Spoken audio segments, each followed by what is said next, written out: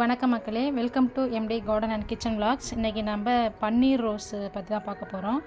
இந்த பன்னீர் ரோஸ் பார்த்திங்கன்னா, நம்ம பூ கட் பண்ணி எடுத்துட்டோம்னா உடனே அங்கேருந்து ஒரு துளிர் வந்து அடுத்த மொட்டு வைக்க ஆரம்பிச்சிடும்.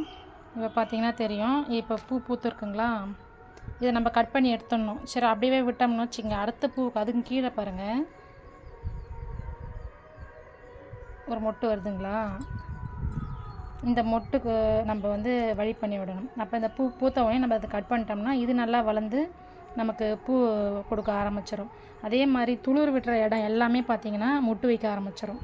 எங்கெங்கெல்லாம் துளுக்குதோ அங்கங்கெல்லாம் நம்மளுக்கு மொட்டு வைக்க ஆரம்பிச்சிடும். இங்கே பாருங்கள், நல்லா துளுத்து வந்துருக்குங்களா, உடனே அங்கே ஒரு மொட்டு வந்துடும். இந்த ரோஸ் ஸ்மெல்லு பார்த்திங்கன்னா பயங்கரமாக இருக்கும். அப்படி நம்ம பின்னாடி கார்டன் பக்கம் வந்தோம்னா அந்த ஸ்மெல்லு ஹெவியாக இருக்கும். நம்ம கதவை திறந்தவொடனே அந்த வாசனை அவ்வளோ சூப்பராக இருக்கும்.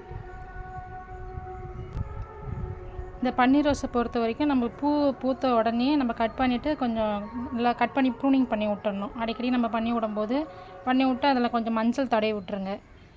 அப்போ தான் நல்லா துளுத்து வரும், அது ஃபங்கஸ் எதுவும் வராமல் இருக்கும்.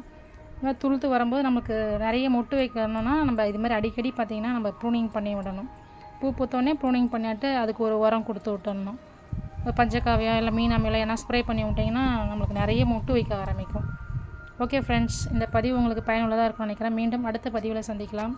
தேங்க்யூ.